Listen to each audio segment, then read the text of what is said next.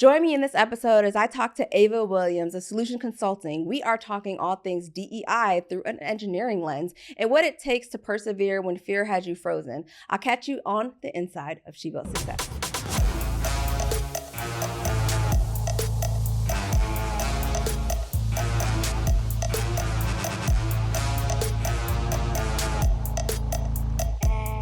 Ava, welcome. I'm so excited. I am excited too because we totally need to catch up. Yes, we do. Yes, we do. So we're going to hop right on into it. I know you and I met through a mutual friend. Yeah. And as we got to know each other, I found out that you're a pilot. Yes. Can we talk about how you just decided, hey, let's roll with that? I mean, you want the long story? Yes, or the short we got it. We got it. Like, which one you want? So growing up, seriously, I actually didn't know that women could be pilots.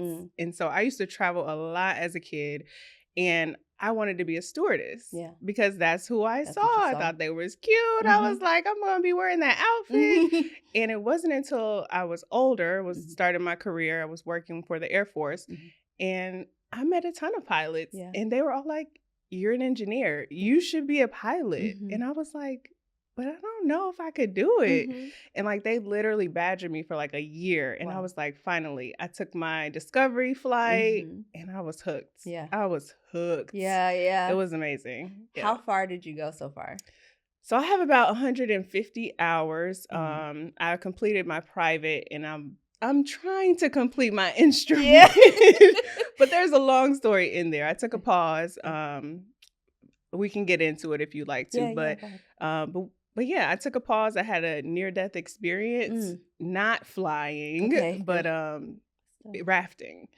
Wow. And from that experience, I was afraid of everything. And so I couldn't like wake up, and like do stuff. So I was really paralyzed with fear for a number of years. And so I recently like started flying again. And I was like, I think I can do this. I think I can do it again. So I mean, life happens and change happens, and you just got to roll with the punches. No, absolutely. But I think I will say this, 'cause I don't know if you knew this. So when I first met you, we got into talking about aviation just by virtue of me wanting to start this whole nonprofit, Black Girls Fly. And I was like, wait a minute, you fly? Wait a minute, you have your PPL? Wait a minute, you're Black. Like, it was like all the things converging at once. And when I got to know that, I was like, bet. And so what I will say, because Ava might not say it, Ava actually helped to get Black Girls Fly started as a nonprofit. So she is one of the founding board members of Black Girls Fly. And I am so appreciative of you just being like, yes, Claudia, you can go ahead and let's get this going, and just believing in it all. When I heard of it, I was like, everything about it. Yes, a million times over, because if I had that when I was younger, it wouldn't have taken me 20-something years to get started. And who knows, I would probably be a pilot for my career. But now it's just something that I do as like a hobby kind of thing. But my whole life could have been different. You never know. You never know. However, but what you did do, what I do, girl, is hop on and got your DEI strategist. Like, I am it. I am here. I am winning. And I'd love for you to talk about how you started in your career. And it might not have been, maybe you always wanted to be, did you always want to be a business? No. Okay. No, all right. You run it back. Go ahead. I was like, let me know. No. So actually, I celebrated my 5 years today in business. I'm like, so it's been crazy. Yes. My team has been like really pushing me to celebrate that, but for whatever reason, it feels like there's still so much more work to do. So it feels hard to celebrate when you know that there's still so much. But no, I started my business by accident. Okay. Like, I feel like most people usually have a plan. Yeah. But yeah, mine was, I was having this internal crisis at work. Like, is this the work that I'm supposed to be doing? And that moral dilemma kept going for me for at least a year, until one day I woke up, I was like, if I die today, like, is this what I want to be remembered by? And it wasn't. It really wasn't. And so I took a sabbatical. And during that sabbatical is actually when I went to flight school. Oh, really? Yes. Oh my gosh. Okay. Yes. And I was just trying to find my way. Like, trying to figure out what was important to me. What did I want to be remembered by? Like, all of these things. And the business happened. Like, it just happened to me because the people that I was working with, as my clients previously, they were like, well, what are you doing? I still want to work with you. Wow. And that's a testament to the work. And that was a blessing, an absolute blessing. Yeah. And so my first customers, when I didn't even realize I had a business, were like people I had worked with before. Wow. And so I always recommend if people want to start a business, I'm like, what do you do now? Is it something that you could be doing for yourself? Right. And that's like a really easy way to pivot. Absolutely. But from there, I was like, oh, I guess I'm actually an entrepreneur now. And so then the more confidence I got with that, I was able to like start to shape, what do I want my business to be about? What do I want to stand for? Yeah. And what couldn't I previously in my job like do? Right. Because there's limitations when you're working for somebody else. Right. And in my previous work, like people wouldn't talk about race. They wouldn't talk about the real issues. But I'm like, that's why you have to keep hiring us, because you're not solving the root causes. Right. And so when I like owned my business, I was like, we're going to talk about the real stuff. Yeah. And so that's how it happened. Wow. I'm like, I can't say that I planned that or anything. Yeah. All God. Yeah, I'm about to say that was ordered. All God. Yeah. So that's how it happened. Yeah. And so have you always been doing DEI strategy work for clients? Or like, what has that looked like? So we got into this by accident, although it was aligned. It was aligned. But how did you know DEI strategy was where you wanted to be, and what that looked like for you? That's a great question. So I've always done like problem solving work. And I would say there are lots of different types of DEI strategists out there. There are some who are on the healer spectrum. That's not me. Okay. That's not me. But my core is around organizational transformation with culture and DEI at the center. And I have been doing management consulting, organizational transformation, change management for years, but with the wrong lens. And so I didn't know that this was the missing piece for me, the DEI lens. Yeah. It just kind of happened. Yeah. It just kind of happened. Yeah. And I started right before George Floyd. And when George Floyd happened, it was just like a confirmation. Yeah. Like, this is the thing. Yeah. This is the thing. The world is a mess. Yeah. And there's so much fixing. And that was the first time I literally remember telling people, I was like, I feel a shift in the like water, because people want to talk and they want to do. And it was not like that before. Right. Not at all. People did not want to say the words race. I had a client tell me that. Wow. We cannot say race in a meeting. Wow. I was like, so yeah. So what we gonna talk about? I was just about to say, so what's the conversation? They were really trying to water it down. Wow. So the timing, again, aligned, arranged. Yeah. I had nothing to do with that. Yeah. It just worked out. So we know there's like different flavors of DEI, and you see some that are totally off the spectrum, and others that are more in alignment to what we think of when we think of corporate DEI work. How do you feel your company comes into a problem or a situation, or maybe not a problem? Maybe you're, trying to just help infuse some diversity and, inclusion. It's usually a problem. I was trying to be,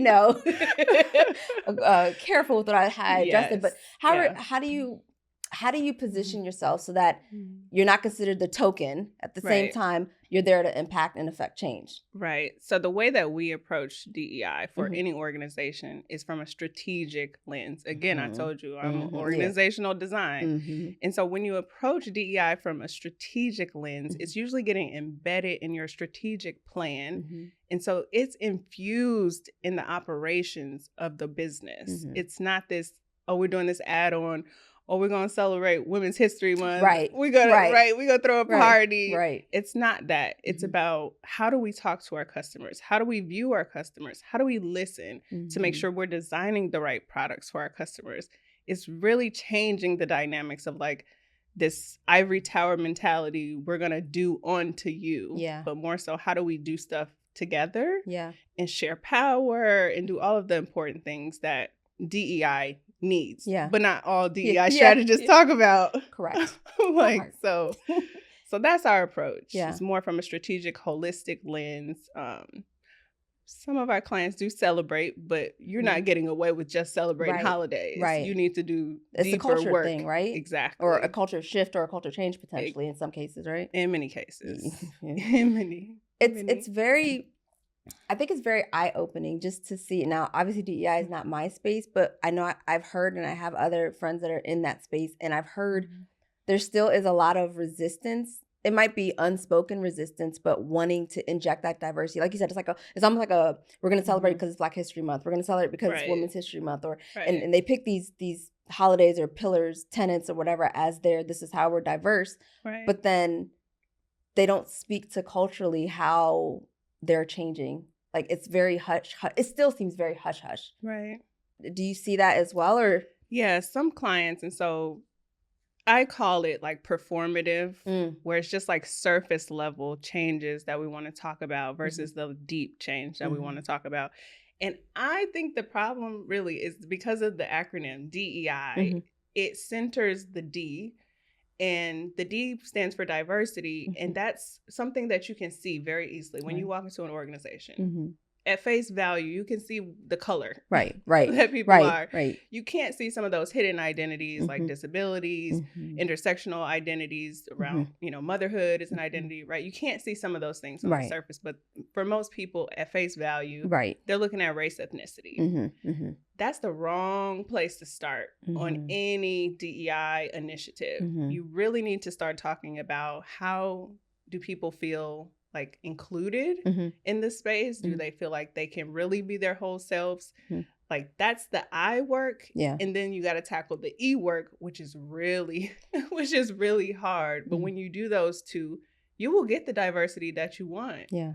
But you cannot tackle this D brute force. And that be it. Yeah. That's not going to solve it, because you're going to bring in people of color. You're going to bring in people from different backgrounds. And guess what? They're going to leave. Right. Because they don't feel comfortable. It's not for them. Right. And so I think that's a big challenge that I see often. Yeah. And so people just really have to reorient themselves about how do I want, like what outcome do I want, and how do I need to change my approach to get that deeper transformation versus that performative surface piece. level kind of. Yeah.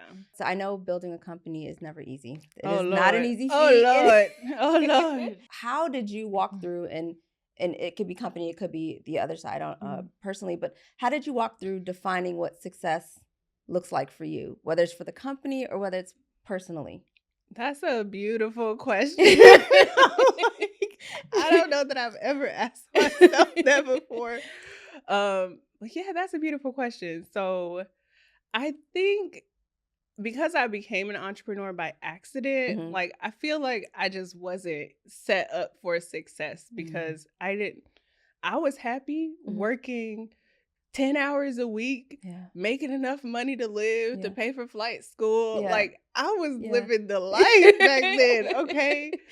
Today, that is much different. I got a team. We got multiple offers. Like we're marketing. We're doing business stuff. Yeah, real business, right?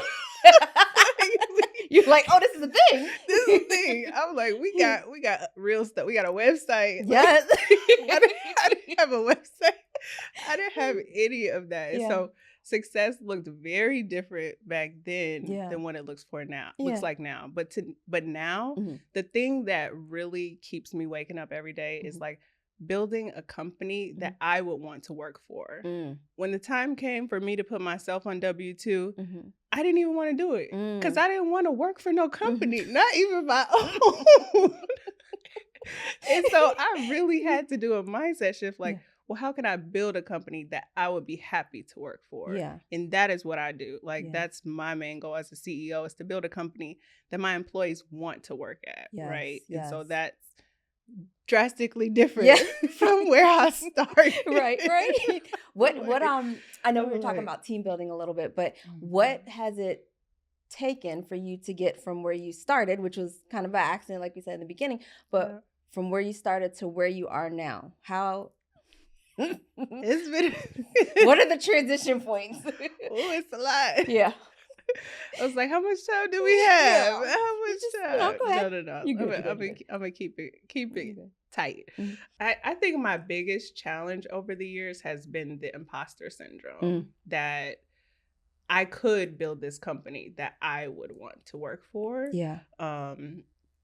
And that comes from many things over the years. But I think for me, that's the thing that I'm always coming back to. Like, if I fail, am I a failure? Right. And so I always have that voice in the back of my head, like that doubt, that insecurity cropping up. Yeah. And I'm a believer. And so I just got to go to the word of God and be like, I know this is, he told me this, and this. So I'm good. Yes.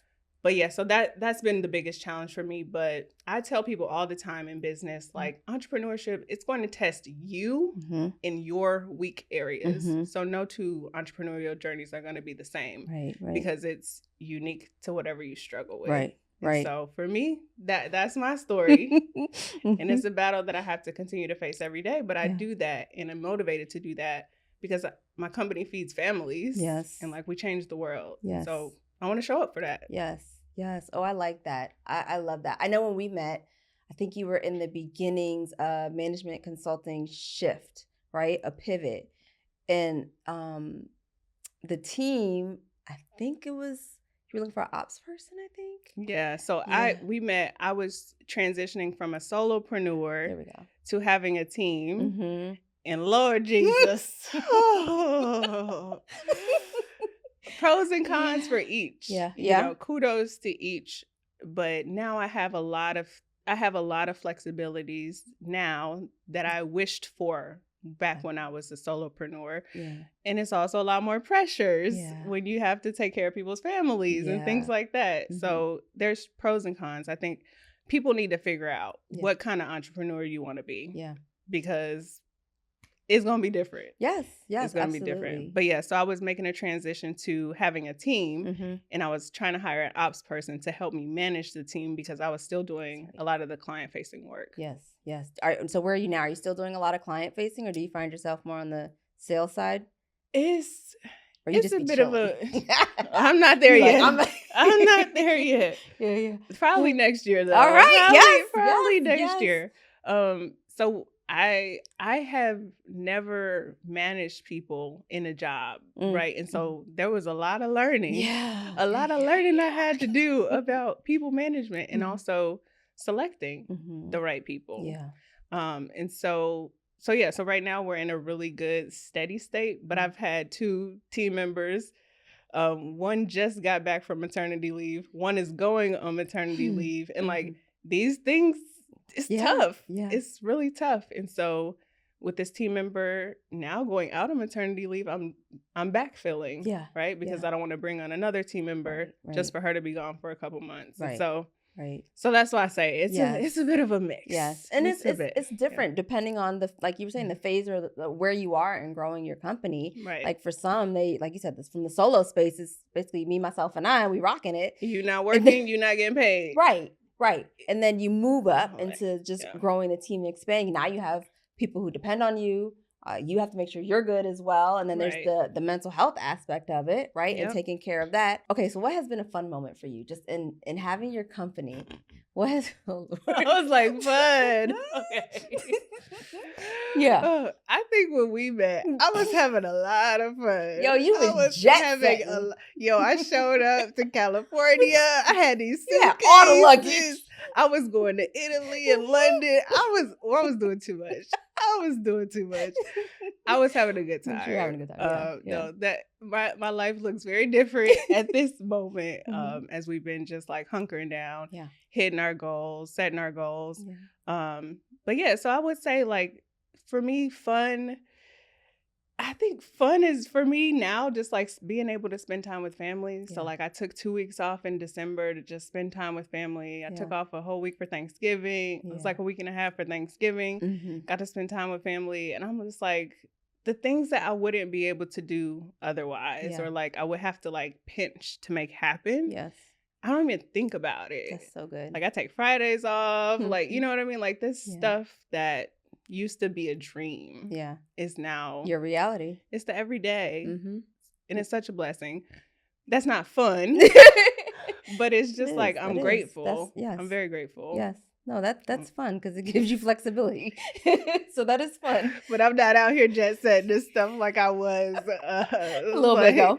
Yeah. But maybe again. Yeah. But I want to start a family. So I'm Yeah. like, we're Yeah. going to be jet setting together. Okay. Right. Okay. It's all of us. Exactly. Yeah. Exactly. No, I think, I know one of the things we were talking about, this is a look back in the summer, was a little bit of the move coming, you moving from where you were up here to the DMV. Yes. And, how did that impact you? Good or bad? Oh man, all your questions. I was like, dang. So I was living in Charlotte, really pretty much the pandemic. I was in Florida for a couple years before that doing pilot school. And so, but before that, I was in the DMV for 10 years. And so I moved back to the DMV last year. Yeah. And it was like coming home. Yeah. Some of it, it felt like I was just coming home. But there was a lot of implications for my business. Yes. In moving. And y'all need to just, again, I don't be planning stuff. You be winging it. So I knew it was going to be a lot of implications. So I just put it off for as long as I could. Yeah. But Maryland business, there are different laws and different rules and regulations. And so, coming from North Carolina, I didn't realize how loose and fluid stuff was. And so coming to Maryland, I've learned a lot about the Maryland business ecosystem. Yes. And wow, y'all got a lot going on. It's too much. Too much. There's structure. Yes. There's a lot. And so the funny part is I had an employee at one point out of North Carolina. And so I had to do paperwork and all the stuff to get registered down there. And I remember trying to disconnect the registration because that employee no longer worked in North Carolina. And it was like chasing a cat's tail. I said, I couldn't get one person to talk to the next person. Yeah. So the fact that there's structure, be glad that there's structure up here. I was like, I think I'm glad that there's structure, but it's it's definitely different. So on the business side, that's been challenges, but I mean, I feel like I'm home and I feel like this is where I will be for the long term. So it's nice to be settled and start to build my community in the, in the DC area and now have local clients and stuff like that. Yes. So, lots of pluses with that. I'm with the love of my life. Yeah. We're not long distance anymore. Yeah. So, there are lots of pros, but definitely consider all the things on the business side because it does have impact. Yes. Unfortunately. Yes. So. No, but you're here. You're thriving. I think one of the things that I know before we met, I was like, before we met physically here, I was excited to catch up on was like, all right, what's going on with Boo? Oh, Boo. We still booing. Yes. Still booing. No, he's great. I was just talking to my aunt on the way over here. She was like, how's he doing? Yeah. I was like, we're really good. We set out some really ambitious goals this year. And so we're just in implementation mode of those goals. Right. And I'm like, I feel like most people fall off. Yeah. But we're still going strong. Yes. I was like, we're still going strong and we're being each other's accountability partners. So it's good. Yeah. It's good, y'all. Yeah.